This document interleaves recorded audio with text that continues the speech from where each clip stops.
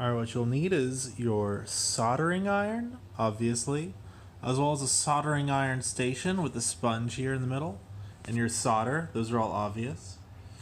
You'll also need what's called a helping hand, which has a magnifying glass and some alligator clips and some pliers that'll help you, as well as some kind of solder removal device. We have these solder suckers, but also we have something called solder wicks.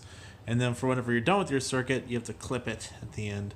What's very important is that you also have one of these soldering mats, which has a little magnet on the top to keep your stuff in place. It's kind of cool. And then obviously your disposables, like your prototype board and your circuit pieces and things like that. You'll also need your breadboard so that you can prototype before you solder everything to place.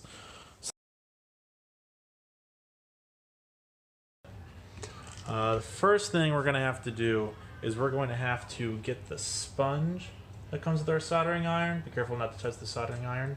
And you're going to have to get that a little bit wet. And you'll see it expand. Now the key here is you don't want it to be really wet. Just a little damp. Okay, there we go. If I squeeze it, water will not come out. That's how you know you got the perfect amount of dampness in your sponge. It's not really going back in. Okay. So now for the soldering iron, I don't actually have it turned on, but you want it to be at around the 4 mark. Okay. Now you're gonna have to experiment. Maybe it'll be a little more or a little bit less. Okay. So I'm gonna wait a little bit for it to heat up. Okay, it's been a minute. So the soldering iron should now be hot. Okay, extremely hot, like 600 degrees. Do not touch it, be extremely careful. We're going to do something called tinning. So tinning is where you get the solder and you put it on the soldering iron and some melts. You'll see some smoke, make sure you don't breathe that. It's not very good for you.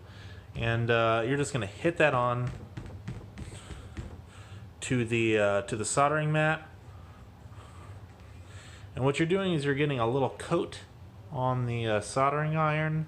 You're kind of like priming it and getting it ready to solder. Okay, hit it onto the soldering mat, wipe it onto the sponge, and you're ready to go.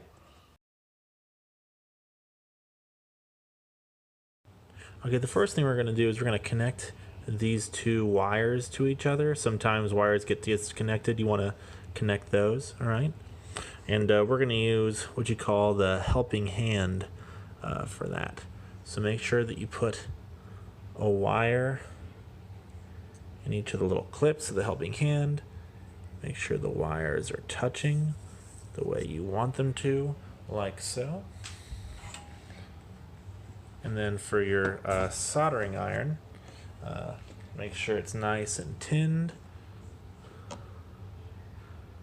So cover it with some solder, bang it down, rub it on the sponge. Make sure you don't breathe any of the smoke, okay? And then you're ready to go. So what I'm going to do is I'm going to put the soldering iron on top of the wires and then put the solder below it.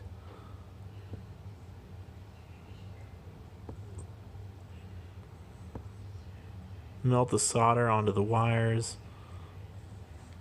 Bang out the last little bit of extra.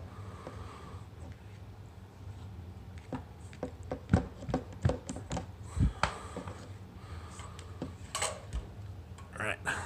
And there you go. 2 wires are now connected. Now you'd usually use some electrical tape or something to cover this up, but there is a connection there now.